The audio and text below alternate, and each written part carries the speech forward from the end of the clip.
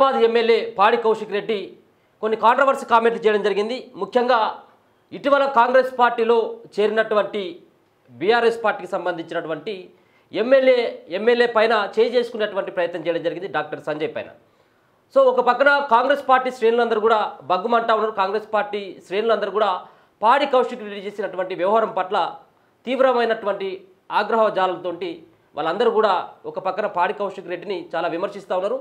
ఆయన గతంలో చేసినటువంటి కామెంట్లు కావచ్చు, ఇప్పుడున్నటువంటి తాజాగా చేసినటువంటి కామెంట్ల పట్ల కాంగ్రెస్ పార్టీకి సంబంధించినటువంటి చాలామంది నేతలు కూడా దీనిపైన స్పందిస్తూ ఉన్నారు. సో ఇదే అంశం పైన మనం మాట్లాడేటువంటి ప్రయత్నం చేద్దాం. కాంగ్రెస్ పార్టీ అధికార ప్రతినిధి సంజయ్ రెడ్డి గారితో ఉన్నాం. ఒకసారి మాట్లాడేటువంటి ప్రతినిధి మేడం నమస్తే. సో ముఖ్యంగా మీ పార్టీకి సంబంధించినటువంటి ఇప్పుడు ఎమ్మెల్యే అనుకోవచ్చు, సరే ఏ పార్టీలో గెలిచిందనేది రెండో అంశం, కానీ ఇప్పుడు మాత్రం మీ పార్టీలో ఉన్నటువంటి ఎమ్మెల్యేల పైన ప్రతిపక్షానికి సంబంధించినటువంటి పార్టీ ఎమ్మెల్యే ఒక దౌర్జన్యానికి అంటే మనం చూస్తూ ఉంటే విజువల్స్లో ఒక కొట్టేటువంటి ప్రయత్నం కావచ్చు, మీదికి వెళ్ళేటువంటి ప్రయత్నం చేయడం జరిగింది. సో మీరు దాన్ని ఏ విధంగా చూస్తారు? ఒక్కటి తమ్ముడు, బ్లాక్మెయిలింగ్ చేసి హుజురాబాద్ ప్రజలని మోసం చేసి గెలిచిన వ్యక్తి ఒక చిల్లర వెధవ. ఒక ఎమ్మెల్యేని మీరు పట్టుకొని ఒక వెధవ అంటున్నారు, ఒక చిల్లర అంటున్నారు అంటే ఒక ఎమ్మెల్యే అని ఒక ప్రజాప్రతినిధి అని విచక్షణ రహితంగా ప్రవర్తిస్తున్న వ్యక్తికి విలువ ఇవ్వాల్సిన అవసరం లేదు. రాజ్యాంగం చేత ఎన్నుకోబడ్డ వ్యక్తి ఇవాళ ఒక ఓటు హక్కు, ఒక పౌరునికి ఓటు హక్కు కల్పించింది, ఆ ఓటు హక్కుతో గెలిచిన వ్యక్తి, వాళ్ళ బాధ్యతలు నిర్వహించిన వ్యక్తి పిచ్చి కుక్కలాగా, చిత్తకార్తె కుక్కలాగా అసెంబ్లీలో అట్లనే అరుస్తుంటాడు. ఇక్కడ సమావేశం పెట్టినా, కలెక్టర్ సమీక్ష పెట్టినా, ఏది పెట్టినా కూడా నేనే హీరోని, నేనే కనిపించాలి ప్రజలకి అనే విధంగా విచక్షణ కోల్పోయి మాట్లాడిన వ్యక్తికి తెలంగాణ ప్రజలారా మీరు ఒక్కసారి ఆలోచించండి. సంధ్యక్క మాట్లాడుతుంది అంటే ఈరోజు అతని పరిస్థితి మతిస్థిమితం కోల్పోయి తెలంగాణ ప్రజల మీదకి దూరుతున్నాడంటే మనం అందరం ఒకసారి ఆలోచించాల్సిన అవసరం ఉంది. రాజకీయాలలో ఒక్కటే తమ్ముడు నేను చెప్తున్నాను, నిన్న సంజయ్ గారి మీద ఏ పార్టీ అని, ఏ పార్టీ నుంచి గెలిచినావు అని అడుగుతున్నాడు కదా. నీకు సిగ్గు, శరము, లజ్జం, మానం, మర్యాద ఉంటే ఫస్ట్ మీ కేసీఆర్ని అడుగు. ఎందుకు 45 మంది ఎమ్మెల్యేలని 3 ఎంపీలను పార్టీ ఫిరాయించినప్పుడు నువ్వు ఏడబడుకున్నావురా అని నేను అడుగుతున్నా. ఈరోజు ఇది ఒక ప్రజాప్రతినిధిగా మీరు ఎవరైనా తప్పనుకున్నా పర్వాలేదు, ఒక ఎమ్మెల్యే మనం కరెక్ట్ ఉన్నప్పుడు ఒక ఎమ్మెల్యేని చూస్తే చేతులెత్తి నమస్కరించాలే తెలంగాణ ప్రజలు. కానీ నువ్వు మాట్లాడే చిల్లర మాటలు ఎట్లున్నాయంటే ఆ రోజు ప్రజాస్వామ్యం ఎక్కడ పోయింది, ఆ రోజు ఏ పార్టీల నుంచి ఏ పార్టీలో గెలిచిండ్రు. అదే సబితా ఇంద్రారెడ్డి గారు కాంగ్రెస్ పార్టీలకు గెలిస్తే మీ పార్టీలకు బీఆర్ఎస్ పార్టీలకు తీసుకొని ఆమెకు ఒక విద్యాశాఖ మంత్రి ఇచ్చినప్పుడు నువ్వు ఏడబడుకున్నావు అని అడుగుతున్నా. అదే తలసాని శ్రీనివాస్ యాదవ్ గారికి మినిస్టర్ పదవి ఇచ్చినప్పుడు ఏడబడుకున్నావు, అప్పుడు పార్టీ ఫిరాయింపులు గుర్తు రాలేదని తెలంగాణ సమాజం నుంచి నేను ప్రశ్నిస్తున్నా. ఈరోజు ఇవన్నీ మీరు పార్టీ ఫిరాయించి మతస్థిమితం కోల్పోయి నువ్వు ఏదేదో వాగుతున్నావు. అంటే నువ్వేమనుకుంటున్నావు అంటే కల్వకుంట్ల ఫ్యామిలీకి నేను ఈ మాట్లాడితే నాకు వచ్చే ఎలక్షన్లాగా ఏదైనా మినిస్టర్ ఇస్తారేమంటే, అరే తమ్ముడు వచ్చే ఎలక్షన్లో నీకు టికెట్ కాదు, కార్లో 4 పడతారా, నిన్ను ఓన్లీ ఒక స్టెప్నీగా పెట్టుకున్నారు వాళ్ళు అంతే. ఆ స్టెప్నీ ఎందుకు అవసరము, కారు పంక్చర్ అయినప్పుడు దిగి కారు తోయడానికి తప్ప వాళ్ళు కల్వకుంట్ల ఫ్యామిలీ అనేది వాళ్ళు వాడుకోవడం తప్ప ఇక్కడ ప్రజాస్వామ్యంలో ఎవరు కూడా ప్రజలకి విలువనిచ్చే వ్యక్తులు కారు. అసలు నీ బతికేంది? ఇవాళ ఉత్తమ్ కుమార్ రెడ్డి గారు తమ్ముడు అంటే ఉత్తమ్ కుమార్ రెడ్డి ఫ్యామిలీని, ఉత్తమ్ పద్మావతి ఫ్యామిలీని ఇమేజ్ డ్యామేజ్ చేస్తున్నావు. వాళ్ళు రాజకీయ జీవితంలో ఎవరిని కూడా ఒక మాట అనని వ్యక్తులు ఈరోజు నువ్వు చిల్లర రాజకీయాలు చేస్తున్నావు అంటే నిజంగా సభ్య సమాజం తలదించుకోవాల్సిన పరిస్థితి వచ్చింది. అరే విలువల గురించి నువ్వెట్లా మాట్లాడతావురా? ఆ పెళ్ళాన్ని పక్కన పెట్టుకొని, బిడ్డను పక్కన పెట్టుకొని ఇలా జోల పట్టుకొని నేను గెలవకపోతే 3 శవాలు చూస్తామన్న వ్యక్తివి నువ్వు నిజంగా నెల తక్కువడమని అనుకుంటున్నా. నేనైతే కరెక్ట్ 9 నెలలు అయితే ఇలా ఆ పెద్ద మనిషిని మీ అమ్మని కూడా, ఎందుకంటే నాకు కూడా కన్నతల్లి లాంటిదే, ఆమెను అవమానించినట్టు అవుతుంది. కానీ నాకు తెలిసి నువ్వు నెల తక్కువడే అని అనుకుంటారు. ఎందుకంటే నెల తక్కువ వెధవలకే ఇట్లాంటి ఆలోచనలు, ఇట్లాంటి మాటలు వస్తాయి.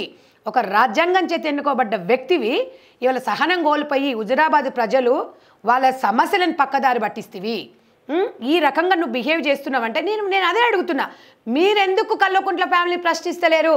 నువ్వు కావాలంటే కేసీఆర్ ఫామ్ హౌస్ కూడా కుక్కలాగా బడుండు బయట, నీకు వాళ్ళు ఇంత వేస్తారు తిను. కానీ నువ్వు సమాజం ఇప్పుడు పిచ్చి కుక్కలను కూడా తరిమి కొడతాం, ఏదో ఒక రోజు 2 రోజులు పట్టించుకోం. ఊరు మొత్తం మనం అట్లా. ఈరోజు రేవంత్ రెడ్డి గారు ఇంత అధికారం ఉన్నా కూడా ఆయన సహనంతో, ఎందుకు సహనంతో అంటే గతంలో ఇదే గవర్నర్ గారిని మర్యాద లేకుండా గవర్నర్ గారి మీద కూడా మాట్లాడడం నోరు బారేసుకున్నారు. అదే సీతక్క గురించి మాట్లాడిండు. గతంలో మహిళలను అవమానించి మహిళల్లాగా గాజులు పువ్వులు వేసుకోమని చెప్పి మహిళల్ని ఆ రోజు నీకు పాడగడదాం అనుకున్నాం. కానీ మేము ఇలా కొంచెం సమన్వయం పాటించమని రేవంత్ అన్న చెప్పిండు కాబట్టి మహిళలందరం ఆ రోజు ఊరుకున్నాం. కానీ లేకపోతే ఆ రోజే నేను ఆ రోజే నీ బొక్కలు కరెక్ట్ ఇరగొడితే ఈరోజు నువ్వు మాట్లాడేటోని కాదు. అసలు నువ్వు ఏంద్రాబాయి నాకు అర్థం కాదు. నువ్వు పెద్ద పోటు మొగొండు వాడరు నువ్వు. నువ్వు అంటే ఊరికొస్తావు 6 ఫీట్లు ఉంటావు. 6 ఫీట్లు పెరిగినా నీకు బుద్ధి పెరగలేదు ఏంద్రా నీకు? నాకు అదే అర్థం కాదు. అంటే నేనే తోపను అనుకుంటావారా? అరే నీ అమ్మ సిగ్గుపడుతుందిరా. నేను ఎందుకన్నా ఇటువంటి కొడుకునని, నా భార్య ఎందుకు ఇన్ని పెళ్లి చేసుకున్నా అని సిగ్గుపడుతుంది. ఇంత మొదనష్టపోని నేనెందుకు చేసుకున్నాను? అరే ఇంత దరిద్రుడా మా నాయన, నీ బిడ్డ కూడా సిగ్గుపడుతుంది. నువ్వు నిజంగా ప్రజా సమస్యల విలువన్నోడు అయితే నువ్వు రేవంత్ రెడ్డి గారు ఒకటే చెప్పారు, ప్రజా సమస్యల మీద ప్రతిపక్షం కలిసి రావాలి అని పిలుపునిచ్చినప్పుడు నీకు మైండ్ దొబ్బిందారా? నాకు అర్థం కాదు. ఇవాళ నీ బతికేంది తెలుసా? అసలు నీ బతికేంది? నువ్వు వైఎస్ఆర్ పార్టీ నుంచి ఉత్తమ్ కుమార్ అనే నెంబర్ నువ్వు తిరుగుతుంటివి. ఏదో నా తమ్ముడు అని పక్క చెప్పుకుంటే కార్ డ్రైవర్గా పనిచేస్తుంటివి. ఎందుకంటే సరే కార్ డ్రైవర్గా చేస్తుంటివా, జీతం ఇచ్చాడని పక్కన పెడితే ఉత్తమ్ కుమార్ రెడ్డి గారు తమ్ముడుగా దాని పక్కన ఉంటే కారు నడుపుకుంటే మెల్లమెల్లగా దిగితివి. అటెండర్ లాగా ఇట్లా నిలబడితివి రూమ్ బయట గాంధీ భవన్ పక్కన. మెల్లమెల్లగా పోతే మరి ఏమిటికి పోయినావో, ఎవరిని ముంచనీకి పోయినావు, బీఆర్ఎస్లోకి పోయినావు. పోయినావు సెంటిమెంట్ రాజకీయాలు, బ్లాక్మెయిలింగ్ రాజకీయాలు. ఇలా బ్లాక్మెయిలింగ్ చేస్తుంటే ముందే మన తెలంగాణ ప్రజలకు వచ్చి సెంటిమెంట్ ఎక్కువ ఉంటుంది. సరే అయ్యో పాపం ఒక ఓటేసి చూద్దాం, ఇంత పాపం చచ్చిపోతా అంటారు కదా, ఏం చేస్తాడు అంటే ఇలా వాళ్ళు కూడా తలదించుకుంటున్నారు, వాళ్ళు కూడా ఇబ్బంది పడుతున్నారు, వాళ్ళు కూడా బాధపడుతున్నారు. ఎప్పుడు చూడు కాంట్రావర్స్. నేను పోటు మొనగానే నేనే ఊరికొస్తాడు, నేనే అది చేస్తాడు. ఇప్పుడు మనము ఎప్పుడైనా గురిగించ నేను ఎర్రగా ఉన్నా అనుకుంటుందంటే కింద నలగ చూసుకోదు గురిగింజ. అసలు మీ పార్టీ పరిస్థితి ఏంది? మీ పార్టీ బీఆర్ఎస్ పార్టీ ఈరోజు మీ బీఆర్ఎస్ పార్టీ అనేది ప్రాంతీయ పార్టీ, జాతీయ పార్టీ, అది ఫస్ట్ చెప్పిన తర్వాత నువ్వు ప్రజలలోకి రా. ఈరోజు నిన్ను ఒక గాడిద మీద ఊరేగిస్తున్నారంటే గాడిద కూడా సిగ్గుపడుతుంది. ఎందుకంటే కనీసం ఆ గాడిద వల్లనన్నా సమాజానికి ఇంత ఉపయోగం ఉంది. ఆ గాడిద పాలు కనీసం చిన్నపిల్లలకి తాగిపిస్తారు, ఏదో ఉబ్బసం ఏదో అదవుతుందని. నీ వల్ల మీ అమ్మ కానీ, నీ భార్య కానీ, నీ పిల్లలు కానీ, నీ ఇంట్లో కానీ నువ్వు ఎందుకు బతుకుతున్నావు నీకన్నా తెలుసా? ఈరోజు కాంగ్రెస్ పార్టీ మీద అక్కసు ఇయ్యలేదు గ్యారంటీ.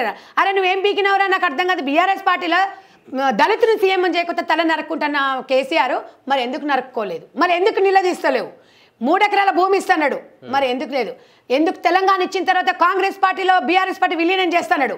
సోనియా గాంధీ గారు కాళ్ళ మీద బోర్ల బొక్కలు పడ్డారు. ఇప్పుడు వాళ్ళు అది చేయలేదు కాబట్టి మీకు అధికారం కట్టబెట్టడం జరిగింది. అధికారం కట్టబెట్టిన నిన్న ఒక సంబంధించినటువంటి భువనగిరిలో జరిగినటువంటి ఒక సంఘటన ఉద్దేశిస్తూ ఆయన మాట్లాడడం జరిగింది. సో ఈ సంబంధించినటువంటి దాడులు సమంజసమేనా? మీ కాంగ్రెస్ పార్టీ సంబంధించిన బీఆర్ఎస్ పార్టీ కార్యాలయాలపైన దాడులు సమంజసమేనా? మీరు ఒక్కటే చెప్తున్న తమ్ముడు, ఎప్పుడైనా కూడా ప్రజాస్వామ్యంలో ఆటుపోట్లు వస్తుంటాయి.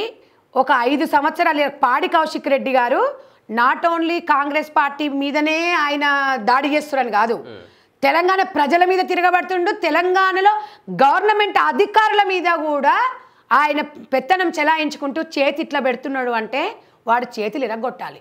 ఎందుకంటే ప్రజాస్వామ్యంలో ఈ గవర్నమెంట్ ఇప్పుడు ఉండొచ్చు, రేపు ఇంకో గవర్నమెంట్ రావచ్చు, ఇంకో 10 ఏళ్ల తర్వాత ఇంకో గవర్నమెంట్, అది శాశ్వతం కాదు. కానీ ఇవాళ ఒక డిపార్ట్మెంటు గవర్నమెంట్ ఎంప్లాయీస్కి విలువ ఇవ్వకుండా ఒక డిపార్ట్మెంటు పోలీసు వ్యవస్థని కూడా చేతులు ఇలా పెడుతున్నావు అంటే నీకెంత అహంకారం అనుకోవాలి?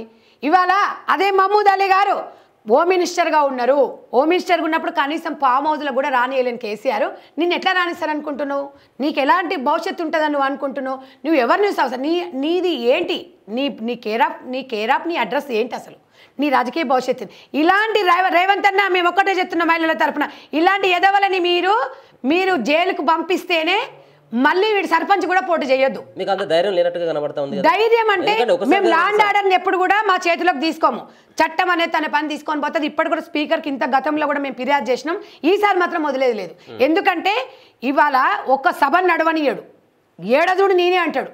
నాకు అర్థం కాదు ఏంటంటే అతనికి ఒక సోషల్ మీడియా మీద బాగా ఇంట్రెస్ట్ అనమాట.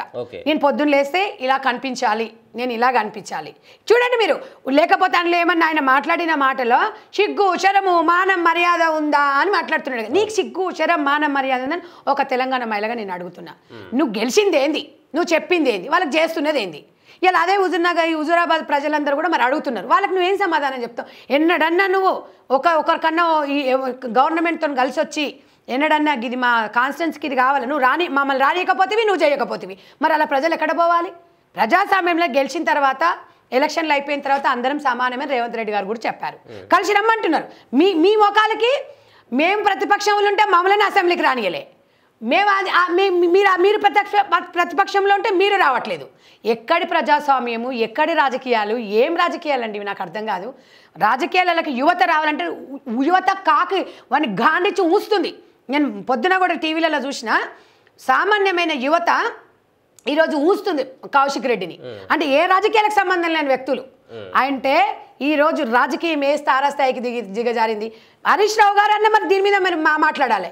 ఇగో ఆయన లొట్ట పీస్ అంటాడు. మాట్లాడే భాష చూడండి మీరు ఎట్లా మాట్లాడుతున్నారు. మళ్ళీ